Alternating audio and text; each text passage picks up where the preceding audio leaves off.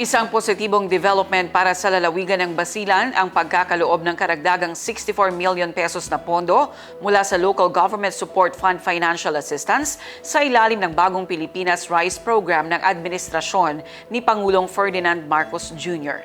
Ang Partners in Peace and Progress story mula kay Naphtali Velarde. Ayon sa provincial government, ang dagdag na pondo ay bahagi ng patuloy na pagsusulong ng transparency at responsive governance sa pamunuan ni Governor Mujib Ataman. Ayon sa pamahalang panlalawigan, malaking tulong ang 64 million pesos upang mas mapalawak ang isinasagawang pamamahagi ng bigas sa iba't ibang bayan sa Basilan, partikular para sa mga pamilyang higit na nangangailangan. Layunin nitong mas marami pang benepisyaryo ang maabot at mas mapatatag ang food security sa lalawigan.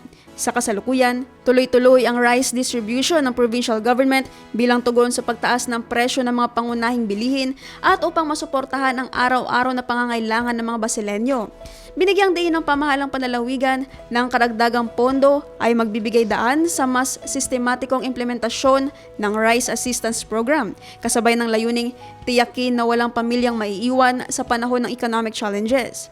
Sa pamamagitan ng suporta mula sa national government at ng lokal na pamunuan, patuloy umano ang hakbang ng Basilan LGU tungo sa mas inklusibo at mas matatag na seguridad sa pagkain para sa lahat.